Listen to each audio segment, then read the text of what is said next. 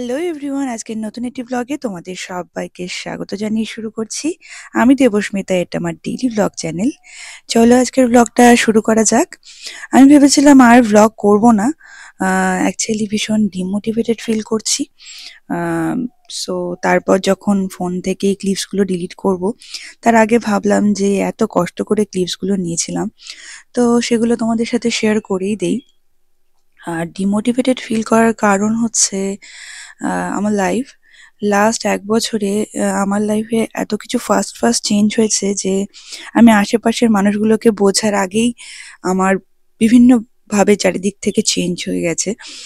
তো যাই হোক, এই ট্রিপটা যখন শুরু করেছিলাম তখন আমাকে এসব টাচও করেনি, মানে তখন আমি হ্যাপি ছিলাম আর কি।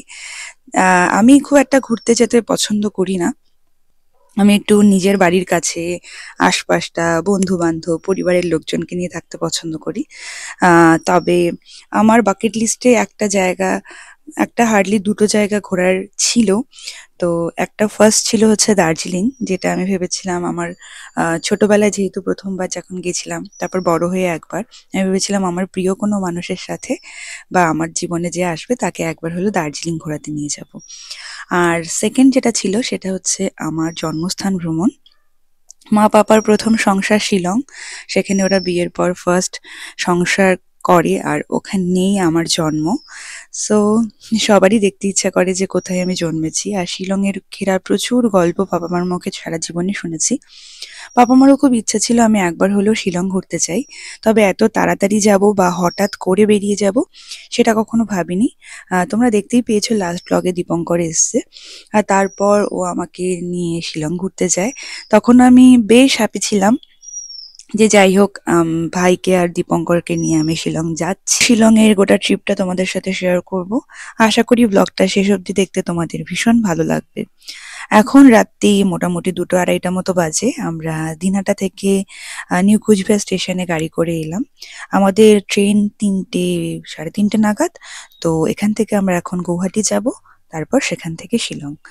আমরা 9টার দিকে প্ল্যান করেছি আর 12টার দিকে বেরিয়ে গেছি সবকিছু প্যাকিং ট্যাকিং করে। আর আমাদের গাড়ি চলে এসেছিল 12:30 নাগাদ। সো এই কারণে আমরা কিন্তু রিজার্ভেশন করার সময় পাইনি। তবে নিউ কুচবিহার থেকে গৌহাটির ডিস্টেন্স প্রায় 7-8 ঘন্টা সুপারফাস্ট ট্রেনে। আর নর্মাল অন্য ট্রেনে তো 10 ঘন্টার উপরে। তো তোমরা যারা নিউ কুচবিহার থেকে মানে গৌহাটি যাবে তারা রিজার্ভেশনই করে নিও। আমাদের উপায় ছিল না। তো আমরা নর্মালি জেনারেল টিকিট কেটেছি। জেনারেল টিকিট এই 75 থেকে 85 রুপিস পড়েছিল। তবে জেনারেলে গিয়েও সেরকম কোনো প্রবলেম হয়নি, কমফোর্টেবলি গেছিলাম। সো এই হলো আমাদের নিউ কুচবিহার স্টেশন, কি সুন্দর সাজানো গোছানো পরিষ্কার পরিচ্ছন্ন। তোমরা দেখতেই পাচ্ছ, তোমাদের সাথে অনেক কিছু অলরেডি শেয়ার করেছি। আর আমি ভীষণ এক্সাইট, কারণ আজকে আমি আমার যাচ্ছি জন্মস্থান, আমার বার্থ প্লেস। আর আমি তার জন্য এক্সাইটেড ফিল করছি, তার সাথে ইমোশনালও ফিল করছি, কারণ বছরের প্রথম ট্রিপ আর তার সাথে জন্মস্থান ভ্রমণ সবটা তোমাদের সাথে শেয়ার করবো। আশা করি ব্লগটা তোমাদের ভীষণ ভালো লাগবে। আর আজকে মানে ব্লগ শুরু করছি রাত 2টো, ভোর রাত কি বলবো, মানে রাত 2টো থেকে। তো সঙ্গে থেকেও, আশা করি ব্লগটা তোমাদের শেষ অবধি দিতে ভীষণ ভীষণ ভীষণ ভালো লাগবে। এই নিউ কুচবিহার স্টেশনটা আমার ভীষণ কাছের। ছোটবেলা থেকে অনেক রাত, অনেক ভোর, অনেক দুপুর বসে বসে এখানে কাটিয়েছি। আর আমার স্টেশনে সময় কাটাতে বেশ ভালো লাগে। কি অদ্ভুত না কথাটা! কারণ হচ্ছে স্টেশনে বসে বসে আমি লোকজন দেখি, কে কোথায় যাচ্ছে, এক একটা ট্রেন আসছে, এক এক রকম মানুষ নামছে, আবার কিছু মানুষ উঠছে, কেউ অপেক্ষা করছে, কেউ ছাড়তে আসছে। স্টেশনটা হ্যাঁ সত্যি অন্যরকম একটা ফিলিংস দেয়। সো যাই হোক, স্টেশনটা পুরো সুনসান। রাত্রিবেলা মোটামুটি এখন দেখতেই পাচ্ছ 3টে 3 বাজে। আর আমরা এখন একটুখানি ওয়েট করব। এটা তো 1 নম্বরে দেবে না, যে ট্রেনটায় আমরা যাচ্ছি সেটা মেবি, আমরা একটা উইকলি ট্রেনে যাচ্ছি যেহেতু, সেটা মেবি 3 কি 4 নম্বর স্টেশনে দেবে। সো এখন একটু ওয়েট করব। আর স্টেশনেই আমরা পেয়ে গেলাম একটা নতুন বন্ধুকে। খুব সুইট কুকুর। বেসিক্যালি রাত্রিবেলা খুব ডেঞ্জারাস হয় বেসিক্যালি মুর্শিদাবাদের ওদিকটায়, কিন্তু এ খুব সুইট ছিল, এ আর রীতিমতো হাত মেলাচ্ছিল। তো যাই হোক, এই করতে করতে ওকে বিস্কিট টিস্কিট খাইয়ে আমাদের যাওয়ার মানে ট্রেন অ্যানাউন্স হয়ে গেছে। তো আমরা এখন যাব। আমরা বেশি লাগেজ নেইনি। এখন আমি মানে জার্নি করতে করতে এই কনসেপ্টটা বুঝে গেছি যে লাগেজ খুব কম নিতে হবে, তাহলেই কমফোর্টেবলি ঘোরা যাবে। যদি এক গাদা লাগেজ হয়ে যায় তাহলে ওই লাগেজ সামলাতেই প্রবলেম হয়ে যাবে। তো ওই দুটো ট্রলি আমার, দ্বীপের আর ভাইয়ের মিলে, যেহেতু শীতকাল হয়তো গরমকাল হলে একটাতেই হয়ে যেত।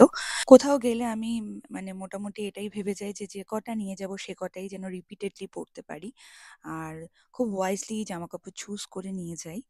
আমি এসবে পক্ষপাতী না যে কোথাও ঘুরতে গেলে শপিং করতে হবে অ্যান্ড অল। আমি যা আছে তাতেই মানে আমার ওয়ার্ড্রোবে যা থাকে সেটাই আমি নিয়ে বেরিয়ে যাই ঘুরতে। তো ট্রেনে ওঠার পরে খুব ল্যাদ লাগছিল, আমরা রীতিমতো ঘুমিয়ে পড়েছিলাম। চোখ খুলে দেখি আমরা রীতিমতো আসাম পৌঁছে গেছি। আসামের আশপাশটাও প্রায় আমার বাড়ির মতোই লাগছিল। তেমন কিছু ডিফারেন্স লাগছিল না যে অন্য একটা স্টেটে এসেছি। এর আগেও আমি আসামে এসেছিলাম। আমার ফার্স্ট কলেজ আসামেই ছিল, কিন্তু আমি পরে পড়িনি, ওখান থেকে গিভ আপ করে চলে যাই। কিন্তু আমি কখনো গৌহাটি আসিনি। তো আমরা গৌহাটি রীতিমতো পৌঁছে গেছি।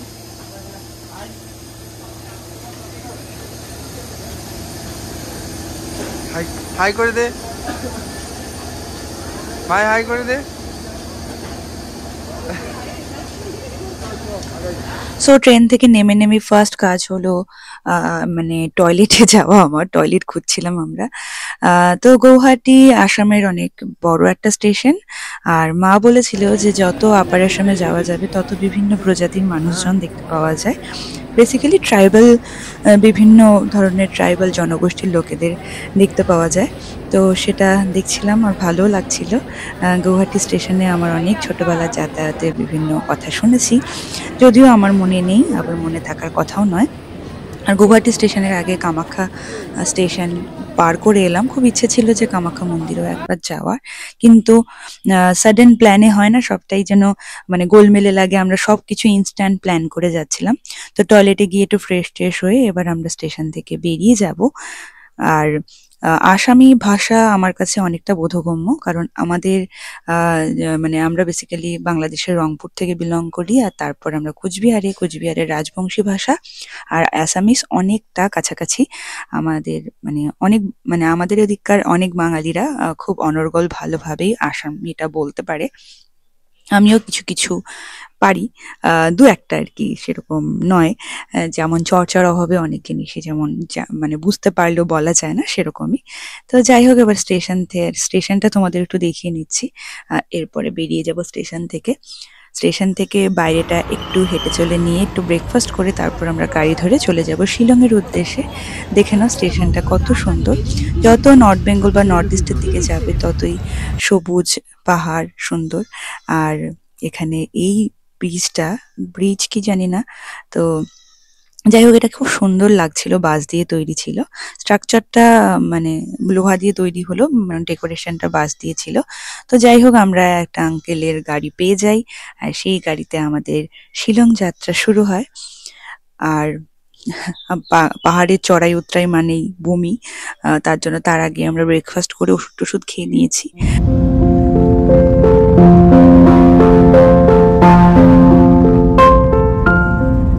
তবে গৌহাটি থেকে যত শিলংয়ের দিকে উঠছিলাম, বাঘগুলো, যে রাস্তার যে বাঘগুলো, ওগুলো ভীষণ ডেঞ্জারাস। মানে ভর পেটে বা মানে যার মোশন সিকনেস আছে তাদের কিন্তু খুব সমস্যা হবে।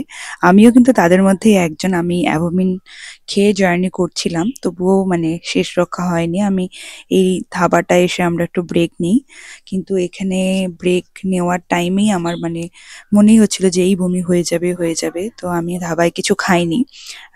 ওরা দীপঙ্কর ভাই, তারপর ড্রাইভার আঙ্কেল, ওরা খাওয়া দাওয়া করছিল, তবে আমি আশপাশটা একটু হেঁটে বেড়াচ্ছিলাম ফ্রেশনেসের জন্য।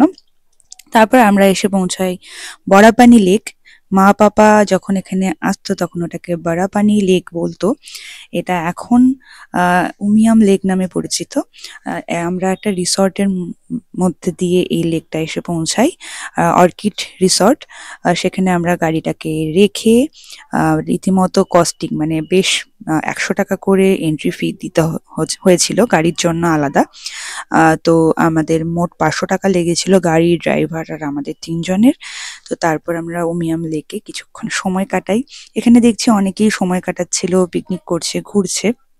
খুব সুন্দর ভিউ, শিলংয়ের ফার্স্ট ভিউ। আমার ভীষণ ভালো লেগেছে যে পাহাড়ের মাঝে এত সুন্দর লেক।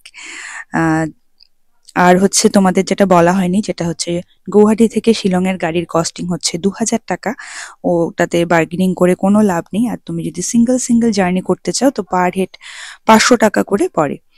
তো আমরা যেহেতু 3জন ছিলাম, এমনিতেই আমাদের 1500 টাকা পড়ছিল, তো গোটা গাড়িটাই আমরা বুক করি। কিন্তু যারা 1জন বা 2জন যেতে চাচ্ছ তারা 500 টাকা করে গাড়ি নিতে হবে।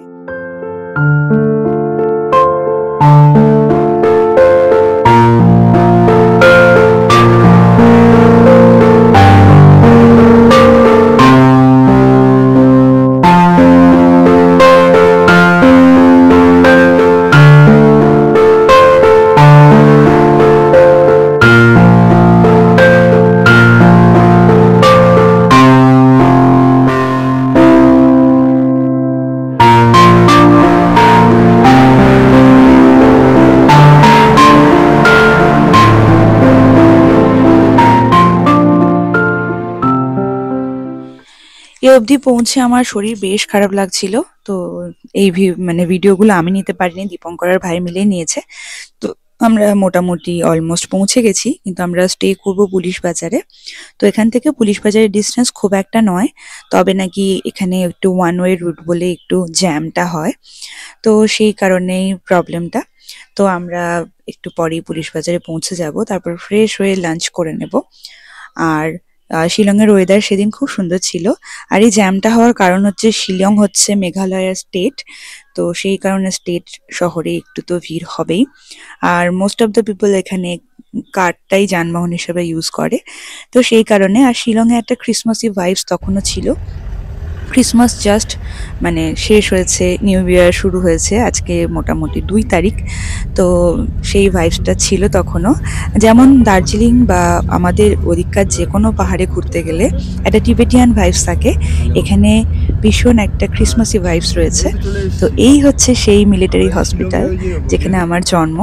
আমার বাবা আর্মিতে চাকরি করতো, বাবার এখানে পোস্টিং ছিল, মা আর বাবার প্রথম সংসার এখানে। ওরা এখানে 2 বছর 3 বছর মতো ছিল, আমি এক্স্যাক্ট বলতে পারবো না। তারপর এখানেই আমার জন্ম, তারপর আমরা এখান থেকে শিফট করি। তো এই হচ্ছে পুলিশ বাজারের ফার্স্ট লুক। আমার তো ভীষণ ভালো লেগেছিল, আমি ভাবতেই পারিনি আমার জন্মভূমি এত সুন্দর হতে পারে। তবে এখানে আমাদের রিসিভ করতে এসেছিল এই দাদু, আমার দাদুর ভাই হয় সম্পর্কে উনি, ওনার এটা হোটেল, উনি এই হোটেলটা চালান। তো ওখানেই আমাদের রুমের ব্যবস্থা ছিল। তো ফোনে আমরা যোগাযোগ করি, দাদু আমাদের এর আগে কখনো দেখেননি, তো ফার্স্ট টাইম আমাদেরকে ফোনেই কথাবার্তা বলে আমাদেরকে খুঁজে পায়। তো পুলিশ বাজারের স্টার্টিং এর ফার্স্ট হোটেলটাতেই আমরা স্টে করি, আর এটা হচ্ছে আমাদের রুম 2 দিনের জন্য। দাদুর জন্য অনেক সুবিধা হয়েছিল, আমরা অনেক মানে বিভিন্ন রকমের সুবিধা পেয়েছিলাম। তো এটা মানে অনেকটা অনেকটা গাইডেন্স হয়েছিল যে এখানে একজন নিজের কেউ আছে। এটা হচ্ছে ঠিক রুমের বাইরেটা, এখানে লাঞ্চ ডিনার কেউ করতে পারে বসে এনজয় করার জন্য। হোটেলটা ভীষণই সুন্দর ছিল, আমার তো ভীষণ পছন্দ হয়েছে। সো যাই হোক, এবার আমরা ফ্রেশ হয়ে নেব। ফ্রেশ হয়ে নিয়ে একটু লাঞ্চ করে নিয়ে তারপর দেখবো আশপাশটা ঘুরে। আজকে কোনো সাইট সিং এ যেতে পারবো না, তো আজকে আমরা আশপাশটাই এমনি ঘুরে দেখবো।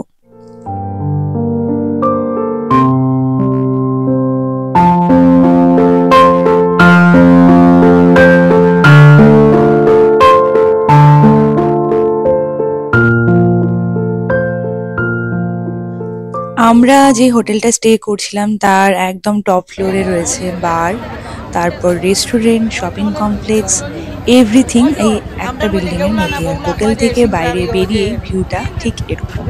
এখানকার সন্ধেবেলা প্রচুর ক্রাউড ছিল, তো তোমাদের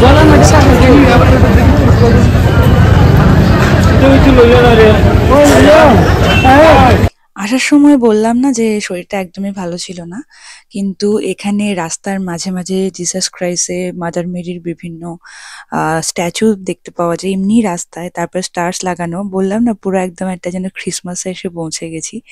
এই দেখো সামনে একদম রিয়েল ক্রিসমাস ট্রি সব। আর পুলিশ বাজারের গেটটা ঠিক এরকম।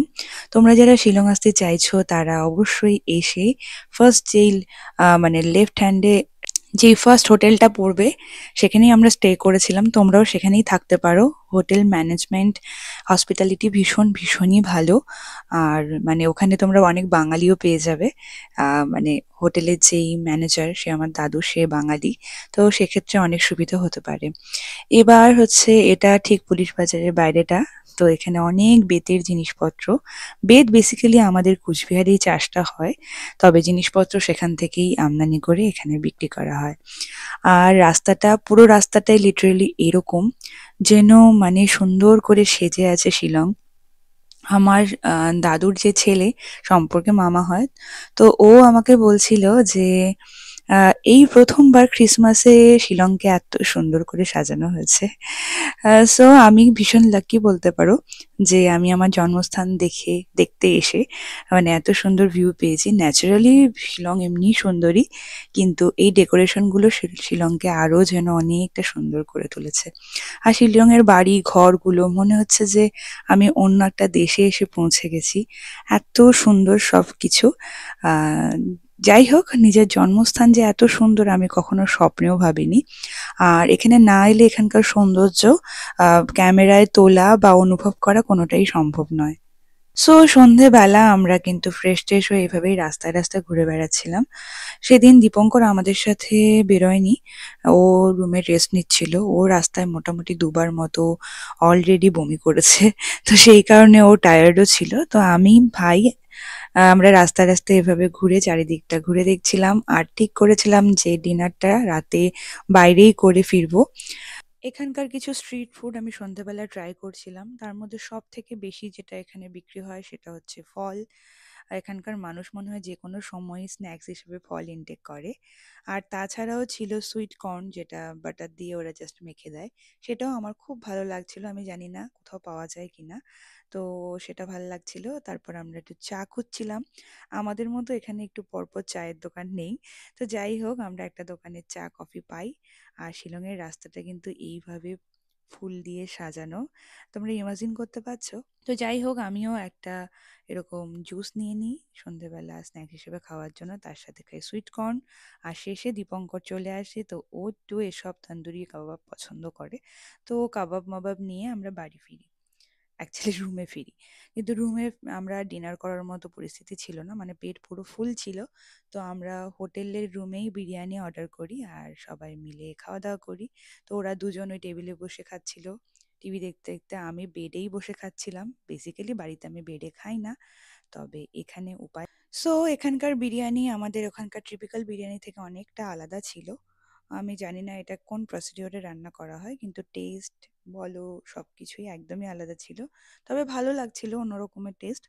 তো আমরা পরপর দুদিন এই বিরিয়ানি খেয়েছিলাম, কারণ আমরা যখন সন্ধেবেলা ঘরে ফিরতাম তখন মনে হতো যে আর খিদে নেই, অনেকটা খেয়ে নিয়েছি এদিক ওদিককার খাবার। কিন্তু রাত বাড়তে বাড়তে আমাদের খিদে পেয়ে যেত। সো এই হলো আমার শিলং ট্রিপের প্রথম দিন। কেমন লাগছে ব্লগটা তোমরা অবশ্যই জানিও। পরপর আমি গোটা ট্রিপটা শেয়ার করতে থাকবো। যদি ভালো লেগে থাকে ভিডিওটা একটা লাইক করে দিও, কমেন্ট করে দিও, আর চ্যানেলটিকে সাবস্ক্রাইব করে দিও। ততক্ষণ টাটা, গুড নাইট, শুভরাত্রি, টেক কেয়ার।